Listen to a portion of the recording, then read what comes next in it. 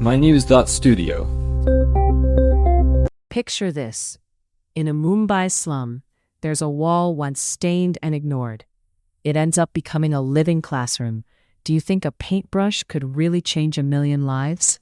Today's date is 2026-03-02. Let's dig into Rouble Nagi's story and why she won the Global Teacher Prize. What set her approach apart from others? She began with something simple: art workshops in the slums of Mumbai. Imagine 30 children, one wall, and a handful of paintbrushes. But she noticed something. Those murals actually drew in children, especially ones who were working or not in school. That first wall she painted turned into a magnet. But why murals? Why not just use regular classrooms or textbooks? In those areas, classrooms and books aren't really available. Murals, on the other hand, are open to everyone. They're public, interactive. She transformed neglected spaces into what she called living walls of learning. These murals taught everything from reading and hygiene to basic math using recycled materials. That's how she reached children who had no other entry points. So, these murals weren't just about art. They actually became teaching tools? That's right. Each mural covered a different topic: math, science, health, and even lessons about social responsibility. Children learned by doing, reciting poems, putting on plays, cleaning up their streets together. It was hands-on, adaptable, and always connected to their daily lives. I'm curious, was there any pushback? Did families or local officials object to this? Mostly, the hesitation came from the community, not really the authorities. Think about it. Issues like child labor, early marriages, families just trying to get by. Nagi started by making the murals both fun and practical for families. Flexible schedules, topics that made a difference quickly. Attendance grew, sometimes from 15 kids at a wall to 200. As families saw the benefits, pride in the project grew too. And the outcomes. Did this approach work better than standard schooling? The data is pretty clear. Dropout rates fell by more than half.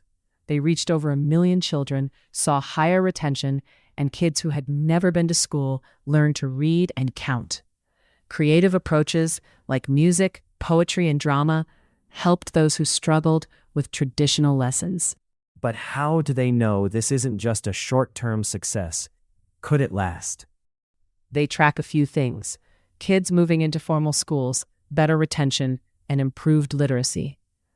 More than 600 educators have been trained, so the model continues, and now the community takes the lead.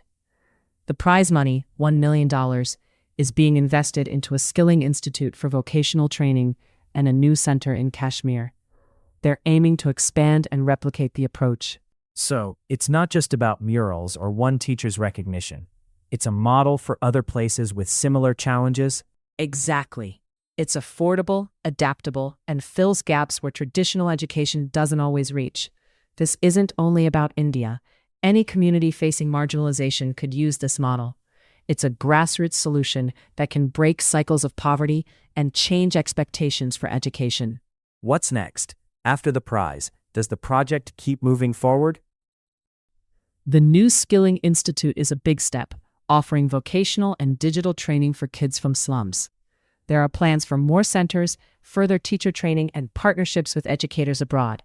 The aim is to keep growing and to encourage changes in education policy wherever kids are still left behind. So, a wall in a slum turns into a classroom, and a teacher with a paintbrush opens up new futures for 1 million children. That's what happened here.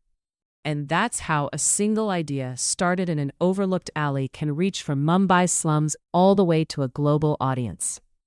Thank you for joining us as we explored Rouble Nagi's journey, the role of art in education, and what this could mean for learning around the world.